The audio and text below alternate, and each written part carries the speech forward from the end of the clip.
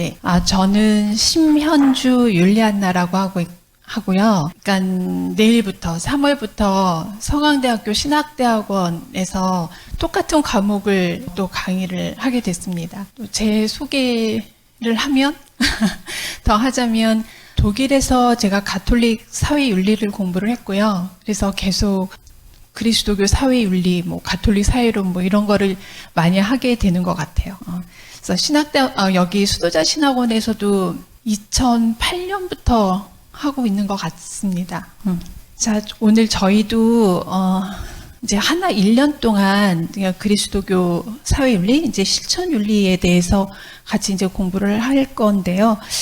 저희 수업 계획표 다 받으셨죠? 저희가 1년 동안 수업을 어떻게, 이제 저희가 1학기, 2학기, 두 학기를 같이 하게 됐는데요. 1학기 때에는 이제 우리가 그리스도교 사회윤리 하면 아니면 지금 여기서는 이제 기초윤리인데요. 이제 거의 중반, 1학기 중반으로 갈수록, 중반 넘어갈수록, 이제 사회윤리에 기초를 해서, 사회윤리를 중점으로 해서 이제 말씀을, 드릴 거예요. 근데 처음에는 이제 기초윤리, 이제 윤리에 대해서 이제 기초적인 내용을 이제 좀 말씀을 드리고, 이제 중반에는 이제 우리 교회에서 얘기하는 가톨릭 사회론이라는 게 뭔지 이제 중점적으로 말씀을 드린 다음에, 이제 2학기에 가면, 이거를 사회 문제에 어떻게 적용을 시키는지에 대해서 말씀을 드리고자 합니다. 그래서 어쩌면 1학기 중반에 조금 좀 어려우실 수도 있긴 해요. 근데 다들 다른 수녀님들께서도 재미있게 들으셨으니까 이제 같이 열심히 들으시고 질문도 열심히 해주시고 이제 그러시면 좋을 것 같습니다. 저 강의 자료는 제가 PPT를 준비를 해서 매번 준비를 해서 이제 이 PPT를 보면서 수업을 진행하긴 할 건데요. 혹시 참고 자료가 필요하신가요? 참고 자료로는 제가 쓴 책인데요. 그리스도교 사회윤리 기초라고 하는. 근데 이게 절판이 됐더라고요, 지금. 그래서 근데 아마 도서관에 가면은 구하실 수 있을 것 같아요.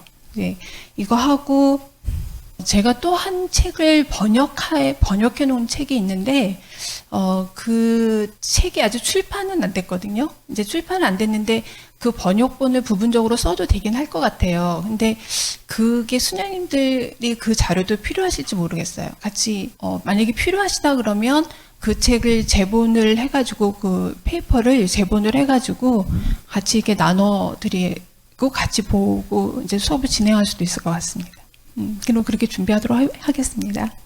네. 근데 여기 지금 20분이시잖아요. 근데 온라인 강좌를 들으시는 수녀님들은 이제 어떻게 하실지를 모르겠어요, 지금. 그러면, 제가 넉넉히 해서 또 필요하신 수녀님 숫자대로 이제 그거를 배분하는 걸로 그렇게 하겠습니다. 그리고 중간에 시험을 중간고사, 기말고사를 봤었잖아요. 근데 이제 지난번에 이제 기경호 신부님이 원장님 하셨을 때는 그 성적에 대해서 워낙 엄하셔가지고 시험을 다 보고 그 성적대로 정말 엄하게 A, B, C를 막 나눠가지고 이렇게 성적을 주도록 그렇게 말씀을 하셨었는데 그 오상솔 신부님은 그렇지는 않으신 것 같아요. 그래서 시험을 조금 저도 부담 없이 중간고사, 기말고사 그렇게 치르도록 하겠습니다. 혹시 질문 있으신가요? 그러니까 예, 제가 중간고사를 할 때 거의 간단하게 그냥 퀴즈식으로 하는 걸로 이제 그렇게 했었거든요. 그냥 부담 없이 그냥 평소에 강의 들으신 내용, 평소 실력대로 그냥 해도 성적이 잘 나올 수 있게 이제 그렇게 준비하도록 하겠습니다. 강의 자료는 다 받으셨나요? 일단 진행을 할까요?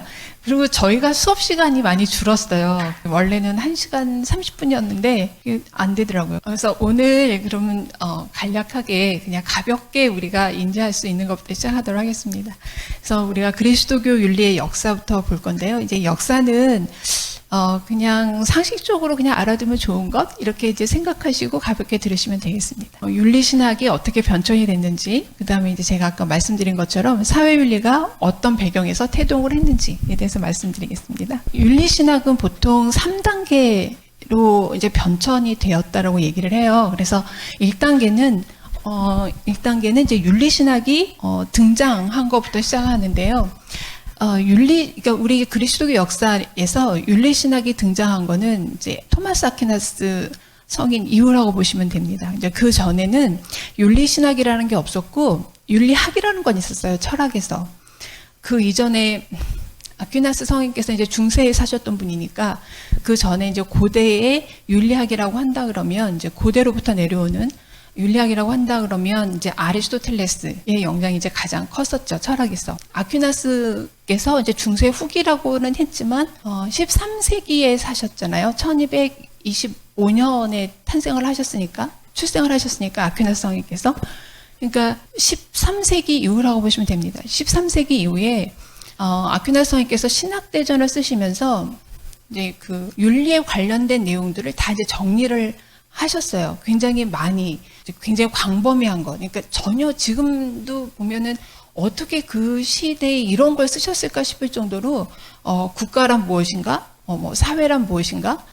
또 인간의 영혼이란 무엇인가? 이제 그거부터 해가지고 인간적인 차원에서부터 시작해서 이제 사회적인 차원까지 굉장히 방대한 부분에 이제 오늘날 우리가 윤리신학에서 얘기될 수 있는 이제 그런 내용들을 이제 전부 그 당시에 이제 집대성을 해서 정리를 해놓으셨거든요. 이제 그 신학대전에 보면 이제 그런 게 나와 있는데 여기서 윤리의 기본 문제들을 상세히 다룬다라고 제가 썼고요. 그다음에 우리 그리스도교 신학을 보면 플라톤을 이어오는 그런 사상사가 있고 아리스토텔레스를 있는 사상사가 있잖아요. 근데 아퀴나스 성인께서 아리스토텔레스를 윤리신학과 결합을 시키죠. 그러니까 신학하고 결합을 시키면서 윤리신학에서도 아리스토텔레스의 영향을 많이 받게 됩니다. 그래서 아리스토텔레스를 응용을 했다. 그러나 철학이 아니라 윤리신학이라고 불릴 만한 내용을 만드셨다는 거죠. 그래서 이제 여기에서 철학에서 내려왔던, 철학에서 얘기가 되고 있던 윤리학과 윤리신학이 이제 구분이 되기 시작을 합니다.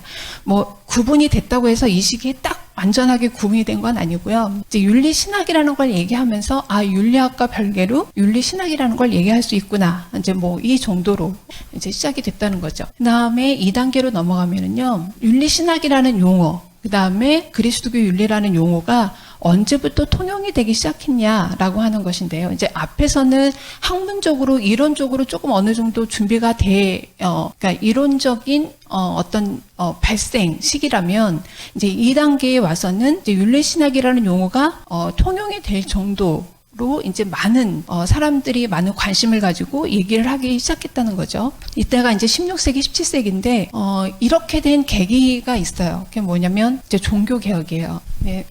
자, 16세기, 17세기 종교 개혁, 사회 개혁이라고 했는데 루터의 종교 개혁이 1500년 중반 정도부터 시작을 했죠. 이제 그때부터 계속 종교 개혁이 일어나기 시작했고, 또 이 이후에 이제 16세기, 17세기 넘어가면 르네상스라고 계몽 사상이 이제 나오면서 신 중심적인 사회를 계속 비판을 하게 돼요. 그래서 신을 중심으로 한 세계관을 비판을 하면서 인간의 이성을 이제 강조하게 되는 이제 사상이 이제 막 발전을 하기 시작하잖아요. 인본주의 사상 이렇게 해서. 그러니 이제 교회 입장에서는 종교 개혁에도 가톨릭 입장이죠. 종교 개혁에도 반응을 해야 되고, 그다음에 이 신중심적인 질서를 비판을 하는 사회 개혁에도 어느 정도 대응을 할 수가 있어야 돼요.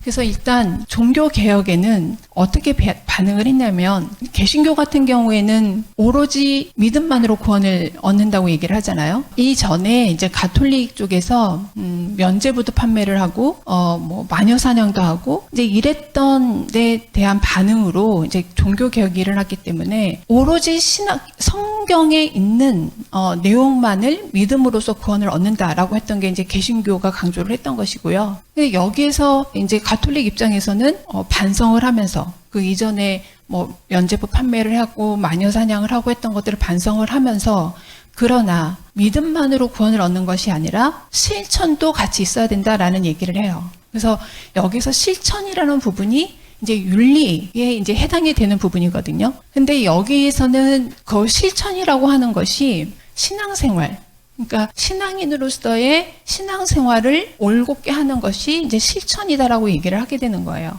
그래서 믿음만 갖고 있는 것이 아니라 신앙생활도 열심히 철저하게 잘 하는 것이 그 구원을 얻는 방법이다. 이제 뭐 이렇게 얘기를 합니다. 그래서 여기서 윤리 얘기할 때 생활 규범으로서 그러니까 덕스러운 것, 그 다음에 신앙생활 이런 것들을 강조하게 됩니다.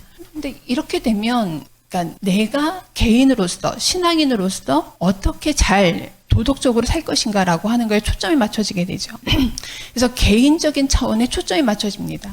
그러니까 지금 사회윤리하고 비교를 하면 지금 같은 경우에는 우리가 사회의 구성원으로서 이 사회에 어떻게 참여를 하는지에 대해서 얘기를 하잖아요. 사회 구성원으로서 다른 사람들과 어떻게 살 것인가 라고 얘기를 하는 반면에 이제 이 시기는 여전히 아직도 내가 개인적으로 신앙인으로서 하느님과 어떤 관계를 갖고 있는가 라고 하는 데 초점을 두게 되는 거예요. 그래서 개인적 차원에서의 윤리, 그 다음에 신앙적 차원에서의 윤리를 얘기를 하게 됩니다. 근데 어쨌건 간에 윤리라고 하는 것이 조금 더 구체적이고 또 이렇게 일반적으로 사용이 되는 것이죠. 그래서 여기서 이제까지 교회 신학의 한 부분에서 윤리가 얘기가 됐었다면 이제는 교회 신학과 별개로 윤리 신학이라고 하는 파트가 만들어지기 시작했다고 합니다. 근데 여기서 교회 신학에서 윤리 신학이 분리됐다고는 하는데요. 예를 들면 우리 교회 안에서 뭐 성서 신학, 교회 신학, 실천 신학 뭐 이런 게 있잖아요. 그럼 여기에서 윤리 신학은 어디쯤에 들어갈 것 같으세요? 교회 신학에 들어가요. 제가 여기서 이제 석사 과정을 할 때 이제 윤리 신학을 했는데 그때 그 윤리 신학은 실천 신학에 들어갔었거든요. 근데 제가 독일에 가서 공부를 하는데 이제 윤리신학을 공부했다 하니 독일 교수님이 물어보시는 거예요. 그래서 너희는 윤리신학이 어느 파트에 들어가 있는데 그래서 실천신학에 들어가 있다고 얘기를 했더니 좀 어이없어 하시더라고요. 그래서 이거는 윤리신학은 어쨌건 간에 우리 교회가 얘기하고 하고 있는 이제 사상적인 것 이런 것들을 전부 다 근거로 해서 그거를 근거로 해서 얘기를 하는 것이기 때문에 이거는 큰 파트를 보면 이제 교회신학에 들어가는 것이죠. 그래서 여기서 교회신학에서 윤리신학이 분리됐다고 얘기하는 거는 큰 파트에서 교회신학엔 들어가지만 그 전에는 윤리신학이라고 하는 파트가 전혀 신학 내에 없었다는 거예요. 그래서 교회신학 안에서 이제 뭐라 그럴까요? 지금 얘기하면 교회의 가르침이죠. 이제 교회 안의 생활 이런 것들을 가리키는 일부분에서 윤리신학이 조금 언급이 됐었다면 이제는 교회신학에서 이제 좀 다른 분리된 파트로 우리가 이제 윤리신학을 얘기를 하게 됐다. 이렇게 되는 거예요. 그러니까 뭐 16세기, 17세기라고 하면 거의 이제 근대 거의 다 들어와서죠. 자, 이제 그래서 좀 일반적으로 이제 통용이 됐다면 이 용어들이 그다음 마지막은 아니겠죠. 또 이제 역사가 흐르면 또 이제 또 다른 변화가 이제 생기겠지만 이 다음 단계는 윤리신학에서 사회윤리가 또 이렇게 분리가 됐다는 거예요. 이제 여기서도 분리가 됐다는 게 전혀 다른 영역으로 분리가 된 게 아니라 윤리신학 파트에서 이제 사회윤리라고 하는 게 이제 별도로 다루어지게 됐다라고 하는 걸 말씀드리는 건데요. 이제 사회윤리가 분리가 된 건 그러니까 맨 처음에 아퀴나스 성인께서 아리스토텔레스의 철학을 도입을 해서 이제 신학과 결부를 시키면서 윤리신학이라고 하는 게 이제 태동이 됐다면 이론적으로 그 다음에는 종교 개혁과 사회 개혁이 일어나면서 이제 교회가 조금 더 뭐라 그럴까요? 가톨릭 교회가 사회에도 조금 설득력 있는 모습, 그 다음에 다른 종교에도 믿음만이 구원을 얻는 것이 아니라 믿음에 상응하는 실천이 있어야 된다라고 대응을 하면서 이제 윤리신학이라고 하는 게 조금 더 이제 한 폭 발전을 했다는 거죠. 근데 이제 19세기에 들어오면 윤리신학이 더 발전이 되는 계기는 뭐냐면 바로 산업화예요. 19세기 산업화. 자, 그 산업화가 이루어질 때 여기서 그러니까 사회윤리가 분리가 될 때 역사적 배경을 얘기를 하려면 정말 할 얘기가 너무 많아요. 정말 이것만 해도 몇 시간을 얘기할 수 있을 정도로 그렇게 사연이 많은 내용인데요. 산업화가 일어나면 예전에 이제 이런 얘기를 해요. 산업화 이전에는 정말 뭐랄까 한 세기가 지나야지 시대가 변화하는데 시대가 변화했다는 걸 눈에 띄는데 요즘에는 기계기술이 발전을 하면서 정말 한 세대도 채 못 가지 않아요? 이게 이 삶의 어떤 그러니까 삶의 양식이 변화한다라고 그렇게 보여지는 게 이게 산업혁명이라고 하는 건 이제 자본주의 그냥 그 뭐라 그럴까요? 자본주의적 경제 체제가 들어오는 거죠. 이제 들어오면서 그러니까 예를 들면 산업화 이전에는 사람들이 먹고 사는 경제적인 그 활동이라고 하는 게 농업죠. 농업 그 다음에 조금 더 발전을 하게 되면, 그러니까 공업이죠. 그러니까 거의 이제 수공업에 의해서 사람들이 자기가 필요한 것을 만들어내고 이제 그것을 교환하고 이제 이런 수준이었다면 산업화가 되면 대량 생산이 일어나게 되는 거예요. 공장이 들어오면서. 그러면서 이제 19세기 좀 20세기 초 이제 이렇게 되면 우리나라에서 이제 뭐 일제에서 독립한 이후에 도시화 됐던 거. 그러니까 시골에서 다 뭐 도시로 올라와서 이제 시골이 비어가는 현상이 유럽 사회에서는 벌써 이때 시작이 되는 거예요. 그러니까 왜냐하면 농업도 비전이 없어요. 이제는. 근데 수공업은 어떻겠어요? 대량 생산이 일어나면 그 공장에서 이제 또 자동차나 뭐 교통수단이 발달을 하잖아요. 근데 이게 전국으로 다 이 대량 생산된 게 다 뿌려지는 거예요. 그럼 내가 언제든지 필요한 건 시장 가면 살 수 있는 거예요. 지금처럼. 그럼 내가 필요한 것을 내가 손으로 짜서 만들어서 판매한다고 하는 거는 내가 먹고 살 수 있는 비전이 없어진다는 얘기거든요. 자, 이렇게 되면서 모든 사람들이 자기의 삶이 막막해지고 이제 다시 이제 자기네들도 이제 대량 생산을 하는 공장에 이제 취업을 하게 되는 거예요. 또 이때부터 하는 얘기가 많아지는데 우리나라의 노동법 한번 생각해 보세요. 지금 현재. 그러니까 올해 개선될 게 굉장히 많잖아요. 아직도. 지금 뭐 대선 국면에서 보면 지금 노동을 앞으로 어떻게 하겠다라는 뭐 비전이 근데 지난번보다는 좀 덜 나오는 것 같아요. 이번에는 어떻게 소득 분배 문제, 기본소득 얘기하고 그런 얘기가 더 많이 나오는 것 같고 노동을 어떻게 하겠다 이런 얘기는 지난번보다 좀 줄어든 것 같은데 좀 수녀님들이 보시기엔 어떠세요? 그죠? 예전에는 노동 시간을 뭐 몇 시간으로 줄이겠다, 뭐 또 대기업에서 뭐 노동자들을 취업하면은 그거에 대해서 정부가 어느 정도 혜택을 주겠다라고 하는 노동에 관련된 공약들이 굉장히 많았거든요. 근데 이번에는 노동에 대해서 공약이 그닥 그렇게 많이 안 나오는 것 같아요. 이제 정의당에서 조금 나오고, 이제 지금 이제 민주당 같은 경우에는 이제 소득을 어떻게 분배할 거냐. 뭐 이제 기본소득을 어떻게 줄 거냐 뭐 이제 이런 얘기가 중점인 것 같아요. 그래서 참 많이 변했다 싶기도 한데 이제 지금도 여전히 노동에 관련된 문제가 많긴 한데 이제 지금 이때는 자본주의가 막 시작하고 산업화가 막 시작을 하면서 노동법이라고 하는 것 자체가 없었던 때예요. 그러면 자본가들이 자기네들의 이익을 생산하기 위해서 노동자들을 어떻게 사용을 했겠어요? 거기에는 노동시간이 하루에 몇 시간? 뭐 규정이 돼 있는 것도 아니고 그러니까 모든 사람들이 이 당시에 그러니까 자본가들의 이익을 착취하고 그 자본가들이 가지고 있는 그 생산지에 가갖고 다른 사람들은 거의 이제 공장에서 노동을 하게 되는 이제 이런 상황이기 때문에 이 당시에 이 유럽 사회에서 이 빈곤이라고 하는 거는 정말 새로운 정말 획기적인 문제, 어떻게 건드릴 수가 없는 문제, 굉장히 큰 문제로 부각을 하게 된 거예요. 그래서 이 당시에 그러면 산업화에 의해서 이 사회가 굉장히 많이 변한 거예요. 이제 생산 체계도 변화하고 사람들의 삶의 양식도 변화하고 그것도 굉장히 획기적으로 빠르게 변화하는 거예요. 그래서 근데 가난한 사람들은 점점 갈수록 더 많이 속출하게 되고, 그러니까 이때 이 빈자들을 이 빈곤한 사람들을 어떻게 둘 것이냐. 지금도 뭐 이렇게 말하는 사람들이 좀 많은 것 같아요. 가난은 나라님도 어쩔 수 없다고 하는데 우리가 뭘 어떻게 할 수 있겠냐. 뭐 지금도 보면 뭐 코로나로 양극화가 더 심해졌다고 하고. 또 코로나 이전에는 청년 실업이 증가하면서 이제 청년들의 빈곤 문제도 굉장히 심각했었잖아요. 뭐 지금도 그게 과거형은 아니죠. 이제 지금도 마찬가지긴 한데 이 문제를 어떻게 해결할 거냐라고 할 때 그거는 그들의 문제라고 생각하는 사람이 지금도 많을까요? 여전히 각자 생존, 자기네들이 능력이 없어서 어쩔 수 없이 사회에서 혜택을 자기 스스로가 쟁취하지 못한 사람들 이렇게 생각하는, 물론 주변에도 그런 사람들이 있는 것 같긴 한데 그래도 예전보다 신문 같은 거 보면은 여론에서는 예전보다는 굉장히 사고방식이 많이 바뀐 것 같아요. 이제는 사회가 그들의 문제를 해결해 줘야 된다라고 하는 그런 쪽으로 이제 굉장히 많이 바뀌고, 뭐 일명 있잖아요. 뭐라고 그러나 일명 꼰대들 그 연세 많으시고 젊은 사람들 좀 그런 사람들이 있더라고요. 그게 자기가 능력이 없어서 그 상황에 된 것이지 자기가 능력이 있으면 그 상황에 처해졌겠냐, 자기가 원하는 것을 얻는다 이렇게 생각하는 사람들 덜어 있긴 하더라고요, 주변에. 근데 어쨌거나 이 시기에는, 지금도 그런데 이 시기에는 비교를 하면 어떻겠어요.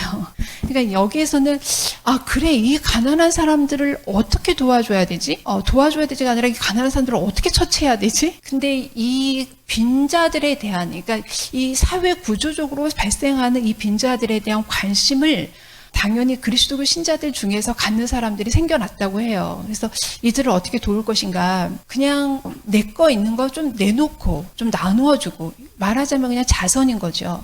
내가 자선을 해서 그 사람이 뭐 조금 뭐 함께 해결하고 하루 해결하고 이제 이런 식의 이제 자선 행위들을 좀 많이 일어났지만, 그러면 이 사람들이 계속 가난해지는, 더 이상 가난해지지 않게 하기 위해서는 무엇을 해야 할 것인가에 대해서는 아무도 답이 없었던 거예요. 근데 그때 바로 나왔던 게 뒤에 나왔나요? 뒤에 가서 다시 한번 설명을 드릴게요.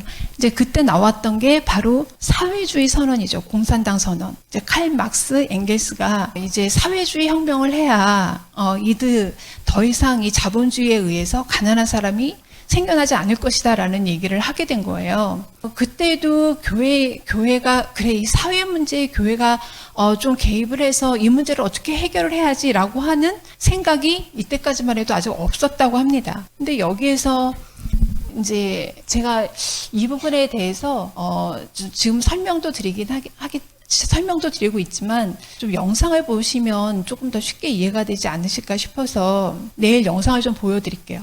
우리 조조 영화를 좀 보는 거죠. 그래서 영상을 좀 보여드리면 이해가 더 쉬울 것 같아요. 그래서 이제 이렇게 해서 이제 좀 신앙인들 사이에서 이제 교회가 이 문제에 좀 개입을 해서 이 문제를 좀 해결을 해야 된다. 이 사회 문제를, 자본주의 문제를. 그렇게 했는데 제1차 바티칸 공의회에 이제 그거를 의제로 올리신 분이 있다고 합니다. 근데 이제 독일 주교님이신데, 제 그때까지만 해도 교황청에서 반응은 무엇이냐면 있는 사람이 자기 것을 나누지 않기 때문에 가난한 자가 생기는 것이다. 그 다음에 그 이외에 교회가 사회 문제에 개입할 필요는 없다. 이제 뭐 이렇게 얘기를 했다고 해요.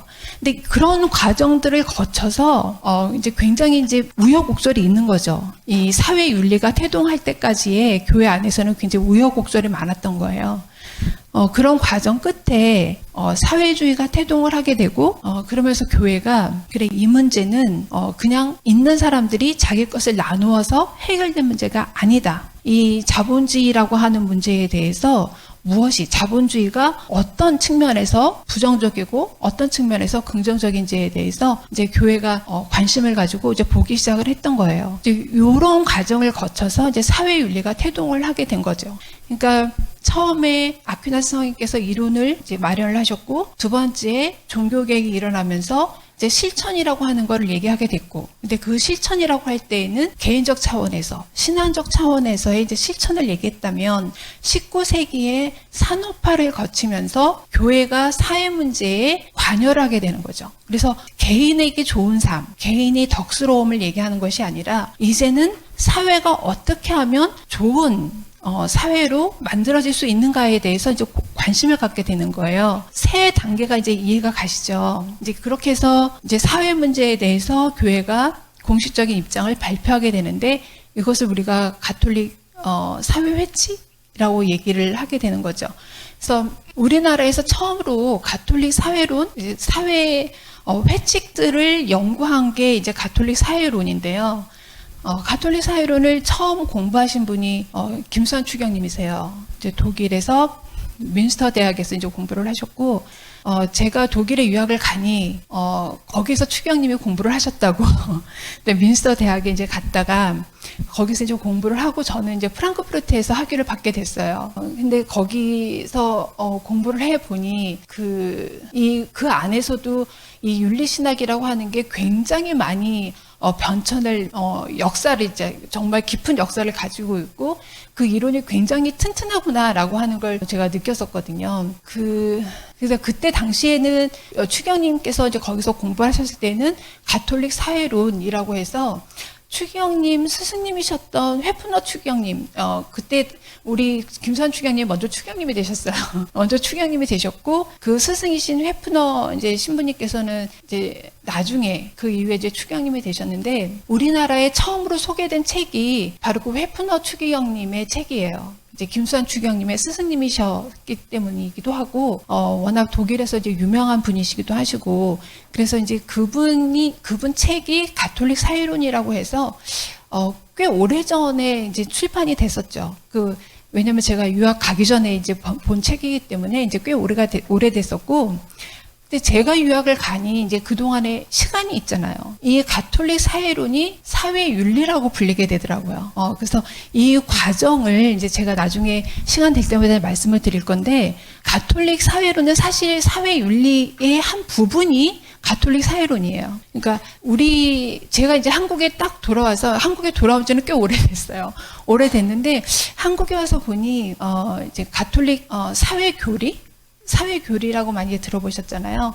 이제 사회교리의 내용을 보니, 가톨릭 사회론인 거예요. 그러니까 그 교황님들의 사회 회칙을 얘기를 하는 거예요. 근데 또 사회 회칙이 그냥 가톨릭 사회 윤리 전체예요. 우리나라에서는. 근데, 독일 같은 경우에는 가톨릭 사회윤리의 일부분이 가톨릭 사회론이에요. 그러니까 우리는 가톨릭 교황님의 회칙을 보면 거기에서 사회 문제에 대한 해결책이 다 들어가 있다고 생각을 하는 거죠. 근데 그렇지만 이제 그것이 아니다라고 하는 거 이제 제가 말씀을 드리도록 하겠습니다. 자, 이 3단계를 거쳐서요. 이제 그 독일의 상황을 조금 제가 말씀을 드렸는데, 거기에서는 도덕신학 체계가 이렇게 되어 있어요.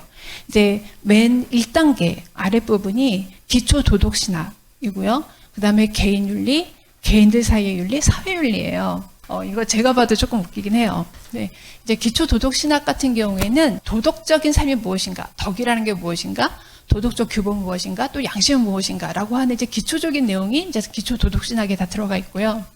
그 다음에 이제 개인윤리는 아까 이제 말씀드린 것처럼 내가 개인적으로 하느님과 나의 관계 안에서 내가 어떻게 하면 올곧게 생활을 할 수 있는가, 그런 거죠. 그 다음에 신앙생활을 얼마큼 내가 성실히 하고 있는가, 뭐 이제 이런 내용이 들어갈 수 있겠죠. 그 다음에 내 양심은 지금 얼마큼 올바르게 형성이 되어 있는가, 뭐 이런 식으로 내 개인적 차원에서의 얘기하는 게 개인윤리예요.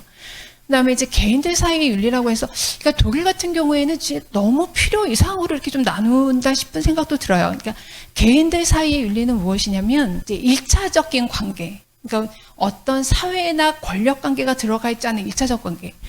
그러면 무슨 관계일까요? 가족 간의 관계가 1차 관계로 우리가 이제 보통 이해를 하잖아요.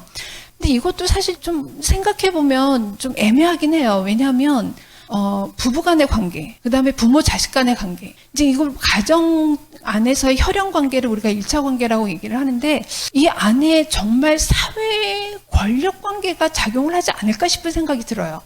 어떻게 생각하시나요? 그러니까 지금도 보면, 대체로, 특히 한국 남자들이 그런 것 같아요. 우리 가족 안에서 부부싸움이 났어. 근데 다른 사람이 개입을 해. 그럼 왜 남의 가정사에 왜 개입을 하느냐 그러잖아요. 이건 우리 문제라고. 근데 제가 독일에서 유학을 할 때 무슨 경험을 했냐면, 제가 이제 아는 사람이 공부하는데 거기 이제 아파트예요.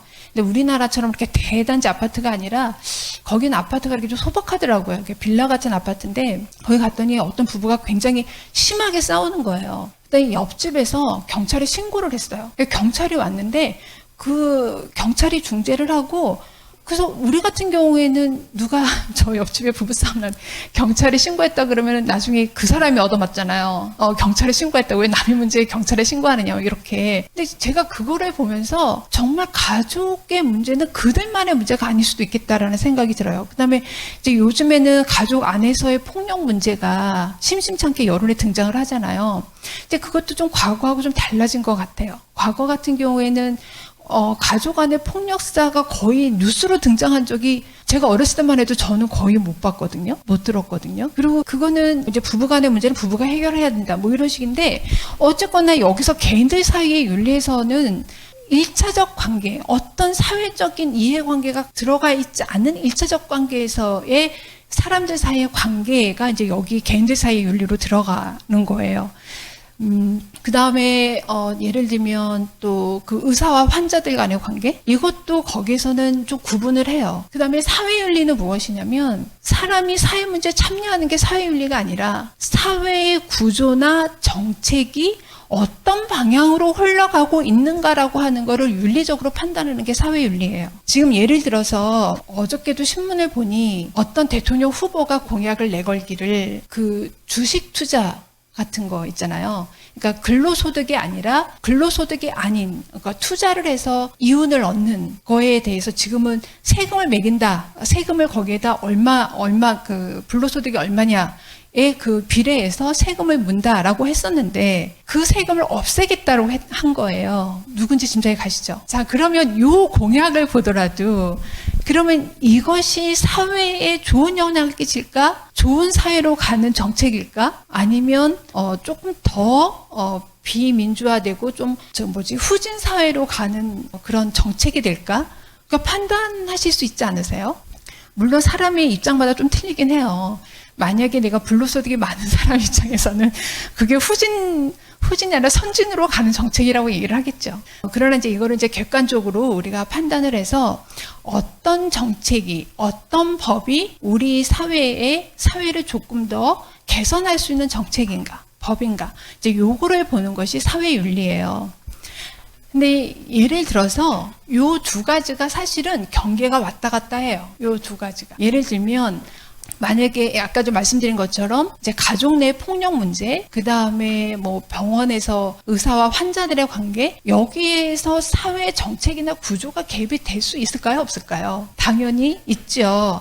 그래서 이 부분이 사실은 왔다 갔다 하긴 하는데 독일에 보니까 이 부분은 도덕신학이라고 해요. 개인들 사이의 윤리는 도덕신학이라고 얘기를 하고 사회윤리는 사회윤리라고 얘기를 하더라고요.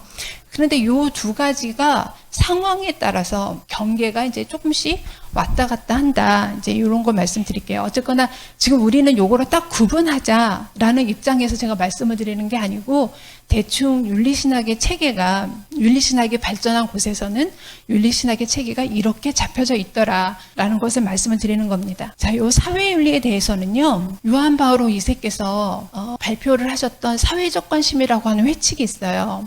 거기에 41항에 이런 말이 있다고 합니다. 가톨릭 사회론은 도덕신학이다.